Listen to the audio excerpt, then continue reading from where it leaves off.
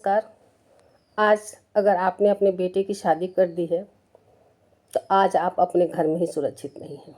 मैं बात करूंगी कानपुर के हिमांशु गुप्ता की, जो सीए हैं। उसकी पत्नी ज्योति, जो एक लेबोरेटरी है उसमें वो वर्क करती है, लेबोरेटरी इंचार्ज है। तो हुआ यूँ कि हिमांशु गुप्ता के माता पिता की अचानक बहुत तबीयत बिगड़ने लगी और माता पिता के साथ साथ हिमांशु की भी तबीयत बिगड़ने लगी और लगभग तीनों में सिम्टम एक ही थे। यानी जो तकलीफ़ें माँ बाप को थी वही तकलीफ़ें हिमांशु को भी थी और तीनों के तीनों बीमार चल रहे थे। तो पति को थोड़ा शक हुआ कि क्या बात है कि हम इतना उम्र का फासला है तो भी हम लोग एक ही बीमारी से क्यों ग्रस्त हैं। तो उसने क्या किया कि हिडन कैमरा अपने घर में और किचन में लगा दिया। उसके बाद की बात आप सुनेंगे तो आपको आश्चर्य होगा। उस हिडन कैमरे में जो दिखा वो वाकई चौंकाने वाला था। देखा गया कि किचन में जब वो चाय बनाती थी तो चाय में कुछ केमिकल मिलाती थी, यानी मारने की धीमी साजिश थी। ये होता है दिमाग कि ये लोग मर भी जाएं और किसी पे कुछ आँच भी ना आए, मैं बदनाम भी ना हो जाऊं।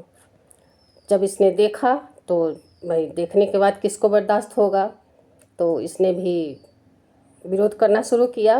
विरोध करने के बाद जो होता है वही हुआ। मायके गई, वहाँ से दहेज उत्पीड़न, घरेलू हिंसा, जो इनके हथियार हैं सारे उसने दावे ठोक दिए हैं। अब ये बीमार माँ बाप, बीमार खुद, अब ये पुलिस थाना कोर्ट कचहरी करते रहे, लेकिन ये जान लीजिए आज सावधान रहने की हर पग पे ज़रूरत है। क्या सोच के आदमी बहू को घर लाता है, उसको घर की मालकिन बना देता है, और बहुएं क्या कर रही हैं।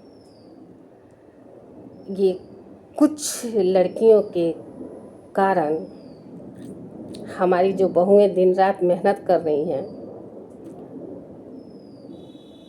उन पे भी उंगलियां उठने लग रही है। जबकि ऐसा नहीं है। आज भी जो निभाने वाली हैं बहुत अच्छे से निभा रही हैं, सास ससुर को लेके चल रही हैं, पति को लेके चल रही हैं, पूरे परिवार को लेके चल रही हैं। लेकिन जिनको नहीं निभाना है वो किसी न किसी विधि से, या तो डायरेक्ट वे में या इनडायरेक्ट वे में, चाहती हैं कि ये जो पति नाम का रोड़ा है या पति के जो माता पिता नाम के रोड़े हैं वो रोड़े हमारे राह से निकल जाएं। इसलिए थोड़ा सा सावधान रहिए, अपने घर में भी सावधान रहिए। धन्यवाद।